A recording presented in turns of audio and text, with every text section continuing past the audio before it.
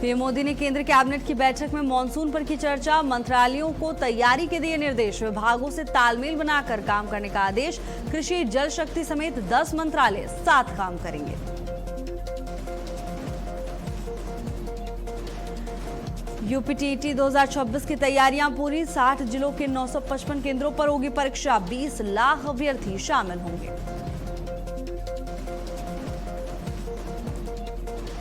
राम मंदिर दान चोरी मामले में नया खुलासा। आरोपी अविनाश शुक्ला के पास से 20 लाख से ज्यादा पैसे बरामद।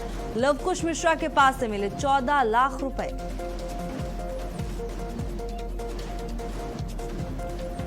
अमरनाथ के लिए पहला जत्था रवाना। भारी फोर्स के बीच निकले श्रद्धालु। 57 दिन तक चलेगी अमरनाथ यात्रा।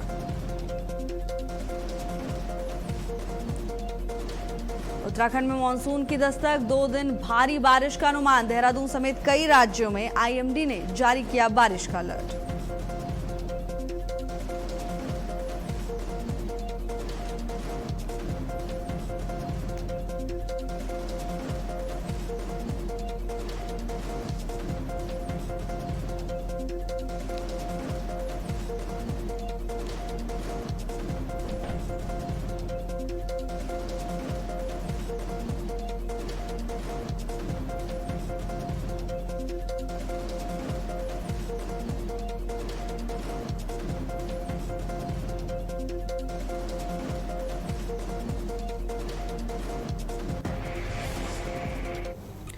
नमस्कार, बहुत स्वागत है आपका। भारत अपडेट देख रहे हैं आप। मैं हूं आपके साथ भावना त्रिपाठी। बुलेटिन की शुरुआत करेंगे बड़ी खबर के साथ। आज से 4 जुलाई तक यूपी टेट 2026 की परीक्षा। 60 जिलों के 955 केंद्रों पर यूपी टेट की परीक्षा। 19.94 लाख से अधिक अभ्यर्थी परीक्षा में शामिल होंगे।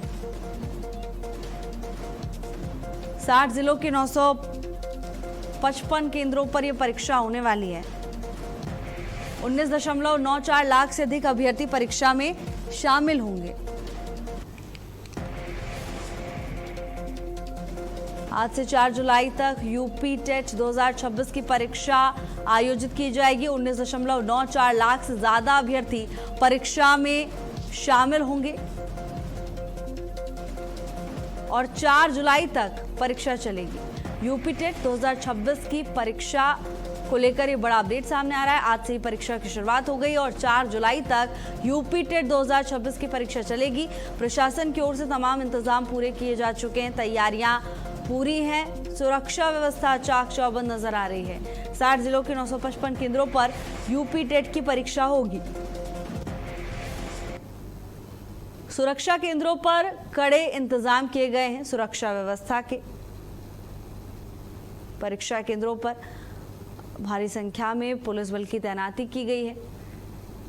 प्रशासन का उद्देश्य है कि शांतिपूर्ण तरीके से और पारदर्शिता के साथ संपन्न कराई जाए परीक्षा।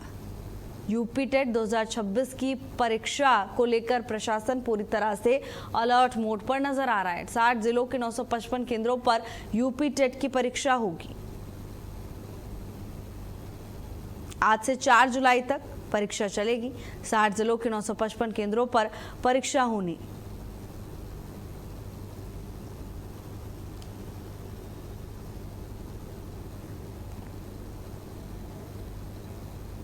साठ जिलों के 955 केंद्रों पर यूपी टेट की परीक्षा होने वाली और ऐसे में सुरक्षा व्यवस्था के पुख्ता इंतजाम किए गए हैं। प्रशासन का कहना है कि परीक्षा शांतिपूर्ण तरीके से संपन्न हो, इसको लेकर तभी तैयारियां दुरुस्त की गई हैं और तैयारियां पूरी हो चुकी हैं।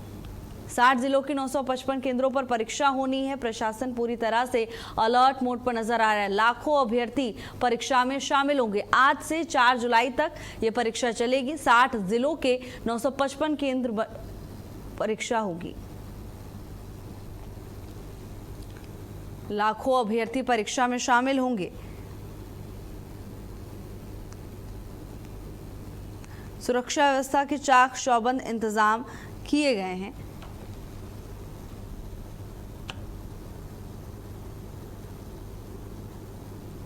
चार जुलाई तक ये परीक्षा चलेगी। उत्तर प्रदेश सेवा चयन आयोग ने 2, 3 और 4 जुलाई को होने वाली परीक्षा को लेकर इससे पहले नोटिफिकेशन भी जारी किया था और अब ये बड़ा अपडेट, आज से ही परीक्षा शुरू हो गई है और 4 जुलाई तक परीक्षा चलेगी।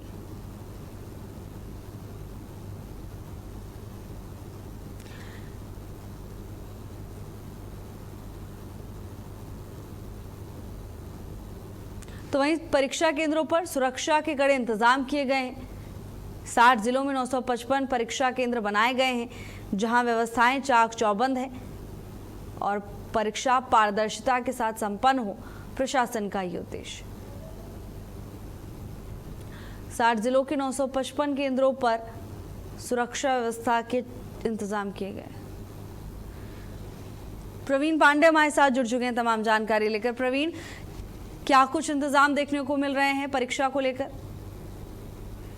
निश्चित तौर पे आपको बता दें कि उत्तर प्रदेश की राजधानी लखनऊ में लगभग 46 केंद्रों पर जो है ये परीक्षा आज टीईटी का होना है, जिसमें 96,454 अभ्यर्थी परीक्षा देंगे। और सुरक्षा व्यवस्था को लेकर के जो ज्वाइंट सीपी हैं बबलू कुमार ने साफ तौर पर निर्देश दिया है कि हर परीक्षा सेंटर पर पर्याप्त मात्रा में पुलिसकर्मी तैनात किए गए हैं। और वहीं पुलिसकर्मियों के साथ साथ जिस तरीके से यातायात व्यवस्था या परीक्षार्थियों के पहुंचने को लेकर के तमाम ऐसी जो व्यवस्था है उनको सुनिश्चित किया गया है। हर परीक्षा केंद्र पर एसआई और पुलिसकर्मी महिला आरक्षी तैनात किए गए हैं। मोबाइल, स्मार्ट वॉच और इलेक्ट्रॉनिक गैजेट्स जैसे कोई भी सामान पर रोक लगाई गई है। वहीं रेलवे, बस स्टेशन और मेट्रो स्टेशन के प्रमुख स्थानों पर लखनऊ में अगर बात करें तो ट्रैफिक के जो इंस्पेक्टर है वो तैनात किए गए हैं। किसी भी प्रकार से कोई दिक्कत ना हो, अभ्यर्थियों को पूछताछ में किसी प्रकार की दिक्कत ना हो, उसको तैनात किया गया। दूसरा, सोशल मीडिया पर अफवाह किसी प्रकार का ना फैले, उसको लेकर के कहीं ना कहीं पुलिस सजग है और वो लगातार जो है निगाह बनाए हुए है। किसी भी प्रकार से कोई र्यूमर या इस तरीके से कोई होगी तो उसके ऊपर कड़ी से कड़ी कार्रवाई की जाएगी। आपको बता दें कि उत्तर प्रदेश शिक्षा चयन सेवा आयोग प्रयागराज द्वारा ये आयोजित शिक्षक पात्रता परीक्षा है। इसमें अगर बात करें पूरे प्रदेश की तो इसमें टोटल जो है 5 पालियों में एग्जाम कराए जाएंगे। 2 तारीख को ये 9:30 बजे से अभी परीक्षा शुरू होगा, आधे घंटे बाद, और उसके बाद ये 12 बजे तक चलेगा। उसके बाद फिर 2:30 बजे से परीक्षा शुरू होगी। उसके बाद ये परीक्षा जो है 5 बजे तक चलेगी। अगर बात करें आज की 2 जुलाई की अगर बात करें तो 2 जुलाई में प्रथम पाली में उच्च प्राथमिक स्तर के यानी कि कक्षा 6 से लेकर के 8 तक के अभ्यर्थियों की परीक्षा होगी। जबकि कल अगर 3 जुलाई की बात करें तो 4 जुलाई को ये कक्षा 1 से लेकर के कक्षा 5 तक के जो अभ्यर्थी की परीक्षा है वो परीक्षा होगी। इसके जो मुख्य जो है आयोग के जो अध्यक्ष हैं ये पूर्व डीजीपी जो लखनऊ के रहे हैं प्रशांत कुमार, वो सेवानिवृत्त होने के बाद उत्तर प्रदेश के मुखिया योगी आदित्यनाथ ने इनको बनाया है। अगर टोटल बात करें पूरे प्रदेश की तो 60 जनपदों में ये परीक्षाएं होनी है। 955 परीक्षा केंद्र बनाए गए हैं, जिसमें जो इंटीग्रेटेड मतलब जो एआई के माध्यम से सीसीटीवी कैमरे हैं उनको लगाया गया है और इसका कंट्रोल रूम प्रदेश स्तर पे बनाया गया है।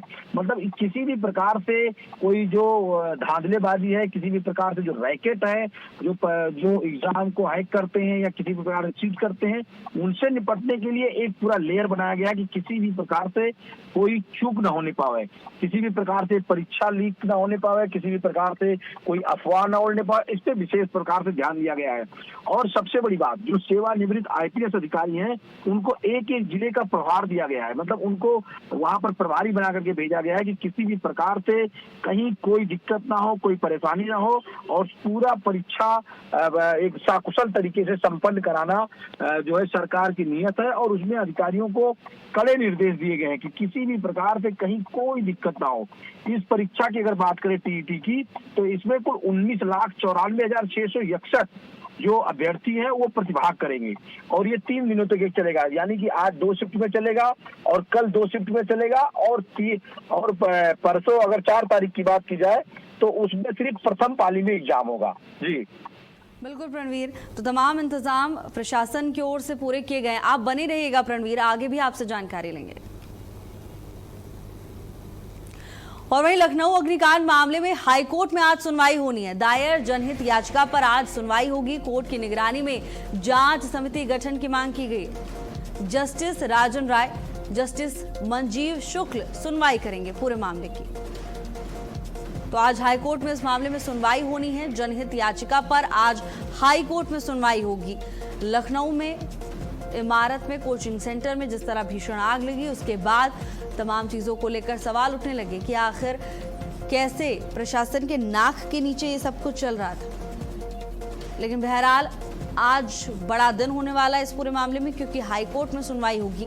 दायर जनहित याचिका पर आज हाईकोर्ट में सुनवाई की जाएगी। कोर्ट की निगरानी में जांच समिति गठन की मांग की गई है। जस्टिस राजन राय, जस्टिस मंजीव शुक्ल पूरे मामले की सुनवाई करते हुए नजर आएंगे। ये कुछ तस्वीरें आपको दिखा रहे हैं उस घटना की है जिसने पूरे देश को दहला दिया था। ये वही कोचिंग सेंटर है, वही इमारत है जहां अचानक से भीषण आग लगी और कई बच्चों की इसमें जान चली गई। आज इस पूरे मामले को लेकर हाईकोर्ट में सुनवाई होनी है। जनहित याचिका पर सुनवाई होगी आज। देखना होगा कोर्ट की ओर से क्या कुछ इस पूरे मामले में कहा जाता है, इस पर नजर रहेगी। कोर्ट की निगरानी में जांच समिति गठन की मांग उठाई गई है। लखनऊ अग्निकांड मामले में हाईकोर्ट में आज सुनवाई होनी है। जनहित याचिका पर आज सुनवाई होगी। देखना होगा कि कोर्ट की ओर से क्या कुछ इस पूरे मामले में कहा जाता है, क्या दलीलें कोर्ट में पेश की जाती हैं, इस पर नजर रहने वाली है हमारी। लेकिन ये भयावह तस्वीरें उस अग्निकांड की हैं जिसने पूरे देश को दहला कर रख दिया था। ये घटना पूरा देश कभी भूल नहीं सकता। रणवीर हमारे साथ लगातार बने हुए हैं। रणवीर, आज हाईकोर्ट में सुनवाई होनी है, क्या कुछ जानकारी?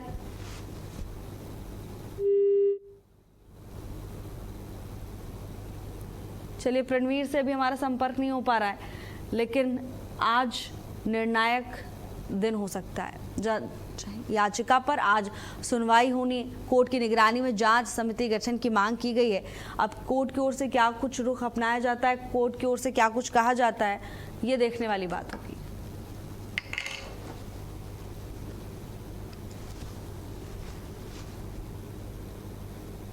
और वहीं अमरोहा नगर पालिका में परिसीमन के बाद शामिल रायपुर खुर्द गांव जलभराव की गंभीर समस्या से जूझ रहा है। गांव के मुख्य मार्ग सहित कलेक्ट्रेट और नेशनल हाईवे को जोड़ने वाले रास्ते पर कई फीट पानी भर जाने से लोगों का आवागमन प्रभावित हो गया है। ग्रामीणों का आरोप है कि कई शिकायतों के बावजूद नगर पालिका ने कोई ठोस कार्रवाई नहीं की। तालाब विवाद और जल निकासी व्यवस्था ठप होने से हालात और बिगड़ गए हैं, जिससे लोगों में प्रशासन के खिलाफ भारी नाराजगी देखने को मिल रही है।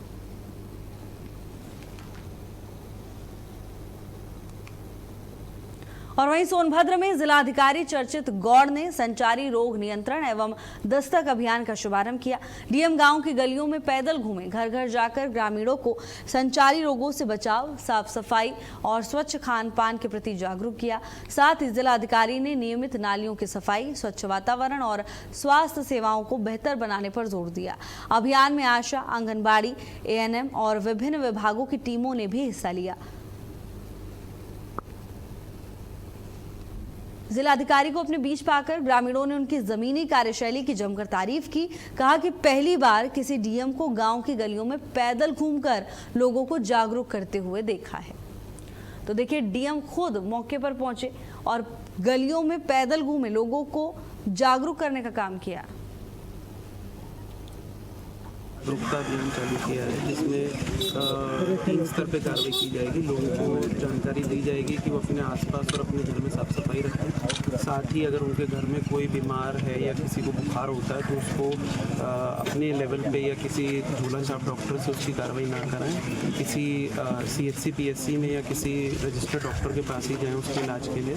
और तीसरा, जो हमारे संबंधित ग्राम इकाइयाँ हैं, ग्राम पंचायतें हैं, DCRO हैं और जो BDOs हैं, उनसे विशेष साफ सफाई अभियान सभी गाँव में चलाने के लिए। बरेली में बिहारीपुर स्थित करीब 200 साल पुराने लक्ष्मी नारायण मंदिर की विवादित संपत्ति को लेकर प्रशासन ने बड़ी कार्रवाई की है। सिटी मजिस्ट्रेट के आदेश पर पुलिस और राजस्व विभाग की संयुक्त टीम ने संपत्ति को अपने कब्जे में लेकर कुर्क कर दिया। आरोप है कि मंदिर की जमीन और भवन को निजी मकान बताकर एक व्यक्ति को बेच दिया गया था। करीब 3 साल से चल रहे इस विवाद के बाद प्रशासन ने कोतवाली इंस्पेक्टर को संपत्ति का रिसीवर नियुक्त कर दिया है। प्रशासन ने साफ किया कि न्यायालय का अंतिम फैसला आने तक इस संपत्ति पर कोई निर्माण, बिक्री, कब्जा या कोई भी दूसरा बदलाव नहीं किया जा सकेगा। हालांकि मंदिर में पूजा पाठ और धार्मिक गतिविधियां पहले की तरह जारी रहेंगी। उत्तर प्रदेश के बरेली से खबर सामने आ रही है, जहां मंदिर की संपत्ति पर प्रशासन ने कब्जा कर लिया है। मंदिर की विवादित जमीन कुर्क कर दी। हालांकि अब प्रशासन का यह साफ कहना है, जब तक फैसला सामने नहीं आता तब तक इस पर कोई भी निर्माण नहीं किया जाएगा।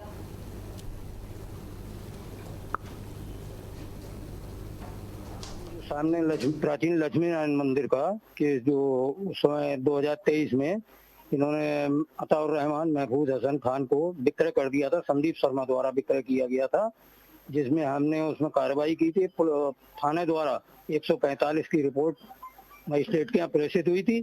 वो मुकदमा 3 साल से चल रहा था, जिसमें माननीय सिटी मजिस्ट्रेट साहब ने अब इसको कुर्क कर वो थाना कोतवाली को रिसीवर नियुक्त कर दिया है, जिसे अब संबंधित थाने कोतवाली द्वारा आज इसे सीज कर दिया गया और पुलिस रिसीवर बैठा दिया गया। नगर निगम में मकान नंबर 74 ये मंदिर के नाम दर्ज। केयरटेकर जो मंदिर के पुजारी रखे गए थे, उनके द्वारा इस मंदिर को खुरदबूस करके बेच दिया गया और बड़ी प्लानिंग से बेचा गया। मतलब सन 1978 में 13 अक्टूबर था शायद, क्या 13 अगस्त। तो उस दिन आपने रिपोर्ट लिखवाई कि साहब हमारी मूर्ति चोरी हो गई, सारी मूर्ति हटा दी गई। फिर धीरे धीरे स्वरूप बदल दिया गया मंदिर का, नया दुकानें कर दी गई, दुकानें सब बेच दी गई और ये कहा गया कि हम किराए पे दे रहे हैं। उसके बाद सारी संपत्ति खुरदबूस करने के बाद जो है, अब जो उनके लड़के ने उसके बाद सारी रजिस्ट्री जो है जमाल मियां के नाम कर दी। एक मंदिर को जब मुस्लिम के हाथ बेचा गया तो उसमें एक विरोध प्रकट हुआ, तमाम यहाँ जनता इकट्ठी हुई और उसके बाद वो विरोध जो था उसके फलस्वरूप पुलिस ने यहाँ उठा के उन दोनों को 151 चालान करा। हमीरपुर में साधु अपने ही पेट में चाकू घुसाए अस्पताल पहुंचा। पारिवारिक विवाद के बाद साधु ने ये कदम उठाया। साधु को गंभीर हालत में सीएचसी में एडमिट कराया गया है। साधु को नाजुक हालत में जिला हॉस्पिटल रेफर किया गया। हमीरपुर का पूरा मामला बताया जा रहा है, जहां विवाद के बाद अपने पेट में चाकू घुसाकर साधु अस्पताल पहुंचा। हालांकि साधु की हालत नाजुक थी, जिसके बाद उन्हें जिला अस्पताल रेफर किया गया। गंभीर हालत में सीएचसी वो पहुंचे थे, उनके पेट में चाकू घुसा हुआ था। बताया जा रहा है कि पारिवारिक विवाद के चलते उन्होंने ये बड़ा कदम उठाया। हालांकि गंभीर हालत में सीएचसी पहुंचते थे, ऐसे में प्राथमिक उपचार के बाद उन्हें सीधा जिला अस्पताल रेफर कर दिया गया। बताया जा रहा है कि पारिवारिक विवाद के चलते साधु ने ये कदम उठाया।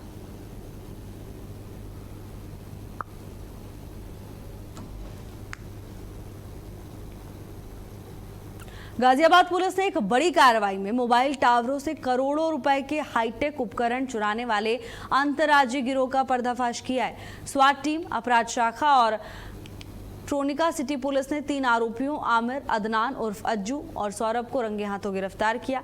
पुलिस ने इनके कब्जे से करीब 1 करोड़ रुपए कीमत के 20 RRU, 7 BBU, चेकिंग मशीन, चोरी के औजार और एक लग्जरी कार बरामद की है। शुरुआती जांच में खुलासा हुआ कि गिरोह कई राज्यों में मोबाइल टावरों को निशाना बनाकर चोरी का सामान स्क्रैप कारोबारियों के जरिए विदेश, खासकर थाईलैंड और हांगकांग तक पहुंचाता था। पुलिस अब इस पूरे नेटवर्क और इसके अंतर्राष्ट्रीय कनेक्शन की गहनता से जांच पड़ताल में जुटी हुई है।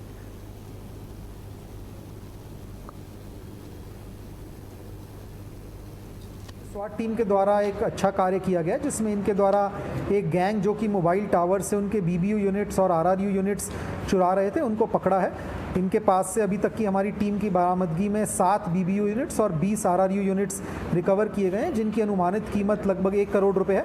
इसके अलावा इनके पास जो प्रोसीड्स ऑफ क्राइम और अन्य पैसों से इन लोगों ने अर्जित किए थे, उससे इनके द्वारा एक BMW गाड़ी खरीदी गई थी, वो भी पुलिस के द्वारा रिकवर की गई है। इनकी जो भी अन्य संपत्ति, अन्य मूवेबल व इमूवेबल प्रॉपर्टीज़ इन्होंने अपने प्रोसीड्स ऑफ क्राइम से इकट्ठी की है, उसके लिए हमारी टीम कार्य कर रही है। जो इस पर आगे जो भी जैसे भी उनकी जानकारी होगी, उनको भी सीज करके आगामी नियमानुसार कार्रवाई की। खबर मुरादाबाद से है, जहां बदमाशों के हौसले बुलंद नजर आ रहे हैं। घर में घुसकर बदमाशों ने मारपीट की घटना सीसीटीवी कैमरे में कैद हो गई है। सीसीटीवी के आधार पर अब पुलिस मामले की कार्रवाई में जुटी हुई है। मुरादाबाद का ये पूरा मामला बताया जा रहा है।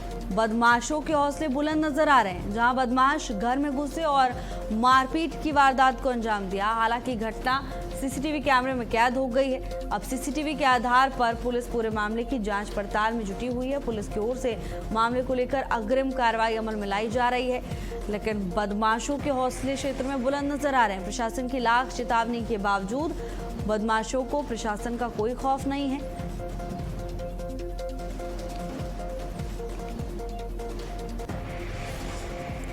हरदोई के हरियावा थाना क्षेत्र में समोसे की दुकान पर हुई मारपीट का मामला चर्चा में है। घायल युवक का आरोप है कि चटनी को लेकर हुई कहासुनी के बाद दुकानदार और उसके साथियों ने उसे लाठी डंडों से बेरहमी से पीटा।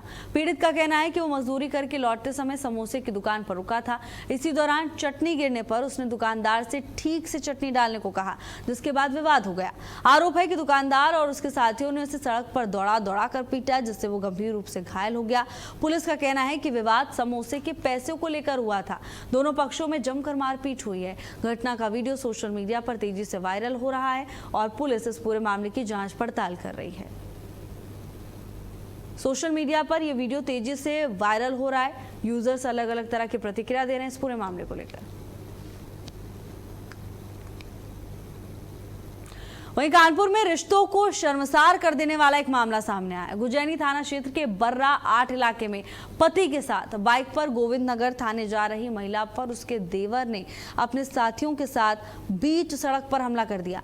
आरोप है कि घरेलू विवाद के चलते आरोपियों ने महिला को रोककर जमकर पीटा, दंपत्ति के साथ मारपीट की। घटना का वीडियो मौके पर मौजूद स्थानीय लोगों ने बना लिया। सोशल मीडिया पर यह वीडियो वायरल कर दिया है। पुलिस मामले को लेकर जांच पड़ताल कर रही है। वायरल वीडियो के आधार पर आरोपियों की पहचान की जा रही है और आगे की कार्रवाई में प्रशासन जुटा हुआ है। उत्तर प्रदेश के कानपुर का पूरा मामला बताया जा रहा है, जहां देवर ने बीच सड़क पर भाभी पर हमला कर दिया। अब पुलिस इस पूरे मामले को लेकर जांच पड़ताल कर रही है। आरोपियों की पहचान और साथ ही अब आगे की वैधानिक कार्रवाई प्रशासन अमल में ला रहा है। उत्तर प्रदेश के कानपुर का पूरा मामला। वहीं रायबरेली जिले के सरेनी थाना क्षेत्र के भोजपुर गांव में एक युवक पर कथित रूप से लोहे की रॉड से हमला किए जाने का मामला सामने आया। मामले में पीड़ित की तहरीर पर पुलिस ने मुकदमा दर्ज कर लिया है और मामले को लेकर जांच पड़ताल शुरू की जा चुकी है। बताया जा रहा है कि डाटा केबल के भुगतान को लेकर हुए विवाद ने आरोपी ने युवक पर हमला कर दिया, जिससे वो घायल हो गया। फिलहाल मामले की शिकायत मिलने पर आरोपी के खिलाफ पुलिस ने मामला दर्ज कर जांच पड़ताल शुरू कर दी है। दुकान पर डाटा केबल को लेकर विवाद हुआ और देखते ही देखते विवाद बढ़ता चला गया। युवक पर लोहे की रॉड से हमला कर दिया गया। पूरी घटना सीसीटीवी कैमरे में कैद हो गई। बताया जा रहा है कि डाटा केबल को लेकर ही विवाद हुआ था और देखते ही विवाद हिंसक रूप इस विवाद ने ले लिया। युवक पर लोहे की रॉड से जोरदार हमला किया गया।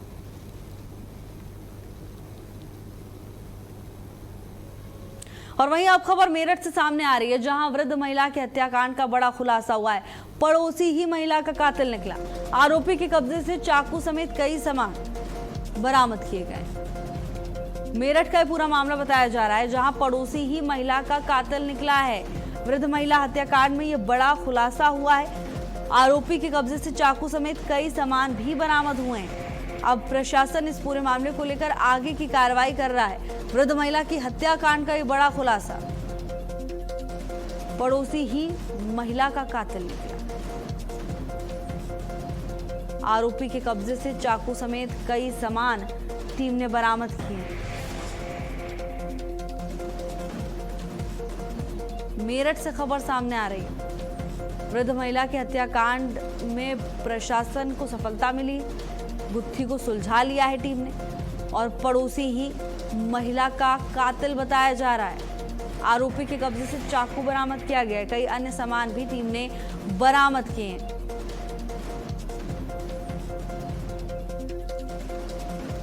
पड़ोसी ही महिला का कातिल निकला।